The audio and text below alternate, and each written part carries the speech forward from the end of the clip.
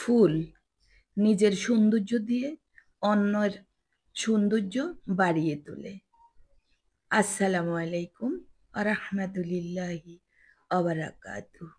আমি নাজমা খানম চট্টগ্রাম থেকে বলছি।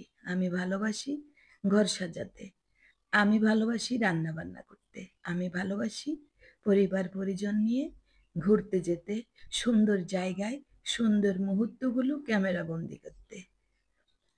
প্রতিদিনের মতো আরো একটা লাইফস্টাইল ব্লগ নিয়ে আপনাদের মাঝে হাজির হয়ে গেলাম।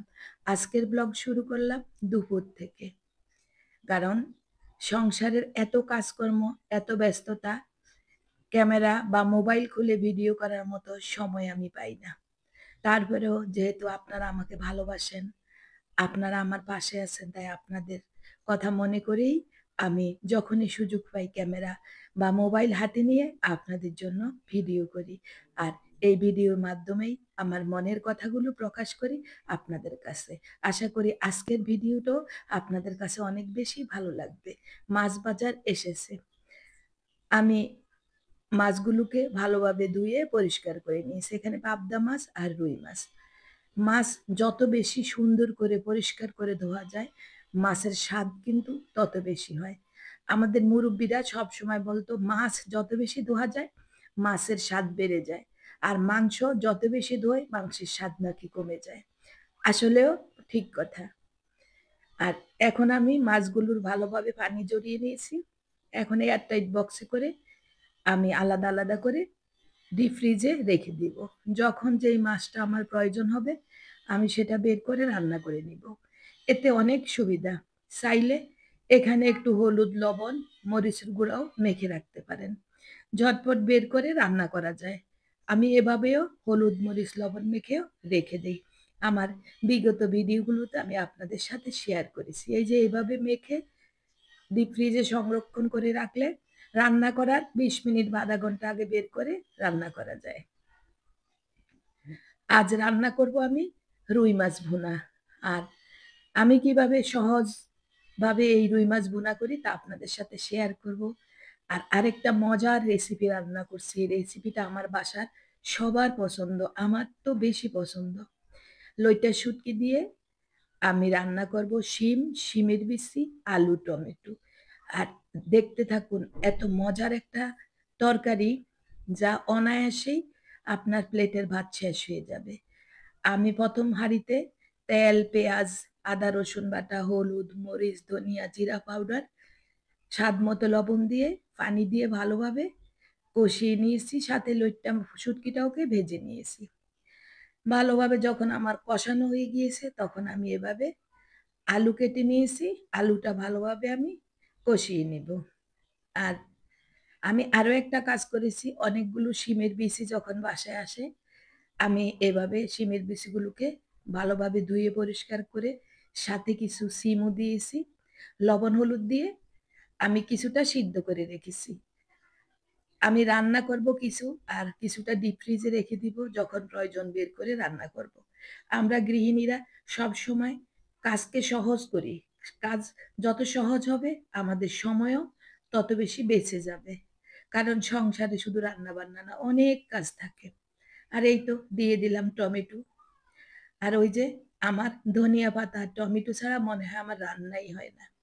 ভালোভাবে কষিয়ে নিয়েছি। এখন গরম পানি দিয়ে দিলাম সিদ্ধ হওয়ার জন্য। আগে থেকে আমার সিমের বিচি সিম সিদ্ধ করা আছে, আলুটাও ভালোভাবে কষিয়ে নিয়েছি, তাই বেশি ঝোল দিলাম না। এখন ভালোভাবে নেড়ে ছেড়ে আমি রান্না করে নিব। এই যে দেখেন, লইট্টা শুটকি, আলু, সিমের বিচি সবকিছু কিন্তু সিদ্ধ হয়ে গিয়েছে। এভাবে আরো কিছুক্ষণ আমি রান্না করে নিব। যখন ঝোলটা একটু ঘন হয়ে আসবে উপর থেকে দিয়ে দিব কাঁচামরিচ। আর এই তরকারিটা না একটু ঝাল ঝাল হলে খেতে ভীষণ মজা। আপনারা চাইলে জাল বাড়িয়ে কমিয়ে দিতে পারেন। এখন উপর থেকে ধনিয়া পাতা ছড়িয়ে দিলাম। ওরে গ্রান, সেই গ্রান!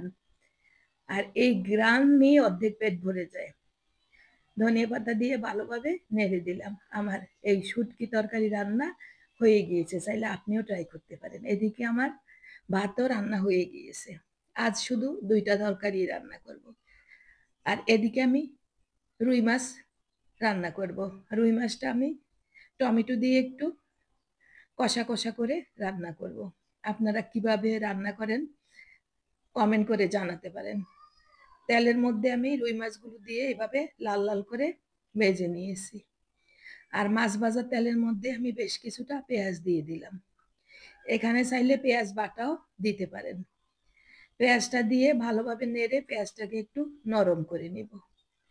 পেঁয়াজটা যখন একটু নরম হয়ে আসবে তখন আমি বাকি মশলাগুলো অ্যাড করে দিব। প্রিয় ভিউয়ার্স, এতক্ষণ পর্যন্ত যারা আমার সাথে থেকে আমার ভিডিওটা দেখেছেন আপনাদেরকে মনে করিয়ে দিই, একটা লাইক দিতে ভুলে যাবেন না।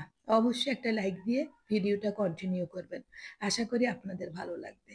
দিয়ে দিলাম ১ টেবিল চামচ আদা রসুন পেস্ট, আর দিয়ে দিলাম হলুদ, মরিচ, ধনিয়া, জিরা পাউডার, স্বাদ মতো লবণ আর পানি দিয়ে ভালোভাবে আমি মশলাটাকে কষিয়ে নিয়েছি। এখন দিয়ে দিব টমেটো। আমি অল্প টমেটো দিয়েছি যেহেতু মাছ অল্প, তাই টমেটো আমি একদম অল্প দিয়েছি, একটু ভুনা ভুনা করব।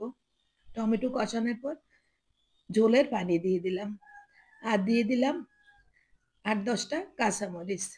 কারণ কাঁচামরিচটা আমি আস্ত দিয়েছি। আমার বাসায় ছোট বাচ্চা আছে, মানে আমার নানুরা আছে, তারা কিন্তু বেশি ঝাল খেতে পারে না, মোটেও ঝাল খেতে পারে না, তাই তাদের দিকে খেয়াল করে আমার প্রতিদিন রান্না করতে হয়। এখন মাছগুলো দিয়ে দিলাম আর উল্টিয়ে পাল্টিয়ে আমি ঝোলের মধ্যে মাছগুলো রান্না করে নিব, যাতে মাছের মধ্যে সব মশলা ঢুকে যায়। আর ইদানিং কেন জানি আমার বাসাতে সবাই মাছ একটু কমই খেতে চায়। এই ৫ পিস মাছ রান্না করলাম, এই মাছ শেষ হতে ২ দিন লাগবে। শেষ পর্যন্ত হয়তো কিছুটা বাদও যাবে। যাই হোক, তারপরেও রান্না যখন করতে হয় করে নেই। মাছগুলোকে আবারও আমি উল্টিয়ে দিলাম আর আস্তে, আস্তে ঝোলও কিন্তু শুকিয়ে এসেছে। আর এই অবস্থায় আমি কিন্তু ধনিয়া পাতা দিয়ে দিয়েছি। আর ঝোল একদম শুকিয়ে গিয়ে মাছের গায়ের সাথে লেগে গিয়েছে। আমার রান্না শেষ।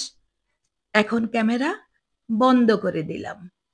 তারপর এখন ক্যামেরাটা আবার অন করে নিলাম। আমি সন্ধ্যার পরে নাস্তা তৈরি করব। ছেলেমেয়েরা বাহির থেকে বাসায় চলে এসেছে। তাই ওদের জন্য আজকে একটা মজার নাস্তা তৈরি করব। সেটা হচ্ছে বাঁধাকপির পাকোড়া। আর এই বাঁধাকপির পাকোড়া আমার বাসায় যখন তৈরি করি, টেবিলে দেওয়ার পর আমার জন্য আর থাকে না। আজকে ভেবে নিয়েছি যে টেবিলে দেওয়ার সাথে, সাথে আগে আমি পাকোড়া খেয়ে নিব। কারণ তৈরি করেছি আমি, কতটা মজার হয়েছে সেটা আমি ভালো জানি। আর তার সাথে কিন্তু আমার মেয়ে একটা মেয়োনিজও তৈরি করে ফেলেছে। মাত্র ১০ মিনিটে একটা ডিম দিয়ে খুবই মজার মেয়োনিজ তৈরি করে ফেলেছে। আর এই মেয়োনিজের রেসিপি আমার কুকিং চ্যানেলে দেওয়া আছে, নাজমাস রসোই।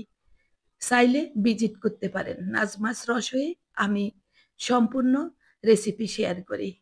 আর সব কিছু উপকরণ দিয়ে ভালোভাবে এভাবে আমি হাত দিয়ে একটা মসৃণ ডো তৈরি করলাম। কি দেখে লোভ লাগছে না? আমার তো লোভ লাগছে এই ডোটা দেখেই, এত সুন্দর একটা ডো হয়েছে। আর এখন ছোট, ছোট করে আমি গরম তেলে পাকোড়াগুলো ভেজে নিব। এই যে দেখেন, আমি যে বলেছি যে পাকোড়াগুলো এত মজার হয়েছে। আর এই পাকোড়া রেসিপিও আমার কুকিং চ্যানেলে দেওয়া আছে, নাজমাস রসোই। আমি ডেসক্রিপশন বক্সে আমার চ্যানেলের নামটা দিয়ে দিব, চাইলে আপনারা ভিজিট করতে পারেন। আর আজকের ভিডিও যদি আপনাদের কাছে ভালো লেগে থাকে অবশ্যই লাইক, কমেন্ট, শেয়ার দিয়ে পাশে থাকবেন। আর ইউটিউব থেকে যারা আজ নতুন জয়েন করেছেন চাইলে আমার চ্যানেলটি সাবস্ক্রাইব করে বেল বাটন অন করে রাখতে পারেন। আর অলরেডি এই কাজটা যারা করে ফেলেছেন আপনাদেরকে অসংখ্য ধন্যবাদ। আপনাদের লাইক, কমেন্ট, শেয়ার নিয়ে যেতে পারে আমার ভিডিওটা পরেতে। আর এই মজার পাকোড়াটা যদি হোমমেড মেয়োনিজ দিয়ে খেতে পারেন তাহলে তো স্বাদ ১০০ গুণ বেড়ে যাবে। মাত্র একটা ডিম দিয়ে এত সুন্দর, এত ইয়ামি মেয়োনিজ রেসিপি অবশ্যই পেয়ে যাবেন আমার কুকিং চ্যানেলে। আপনিও, সামনে রমজান চলে এসেছে, ইফতারের টেবিলে তো আমার বাসায় এই মেয়োনিজ না থাকলে চলেই না। আপনিও আপনার বাসায় এই মেয়োনিজ তৈরি করে সম্পূর্ণ রমজান জুড়ে ইফতার টেবিলে সবাই মিলে এনজয় করতে পারেন। এই তো এদিকে বাচ্চাদের জন্য কিছু পপকর্ন ভেজে নিচ্ছি, কারণ বাচ্চারা পপকর্ন খাবে। আর পপকর্নগুলো দেখেন কি সুন্দর করে ফুটছে। বাচ্চাদেরকে পপকর্ন ভেজে দিয়ে আমরা সবাই মিলে নাস্তা খেয়ে নিলাম আর আপনাদের কাছ থেকেও বিদায় নিয়ে নিলাম। আসসালামু আলাইকুম ওয়া রাহমাতুল্লাহি ওয়া বারাকাতুহু।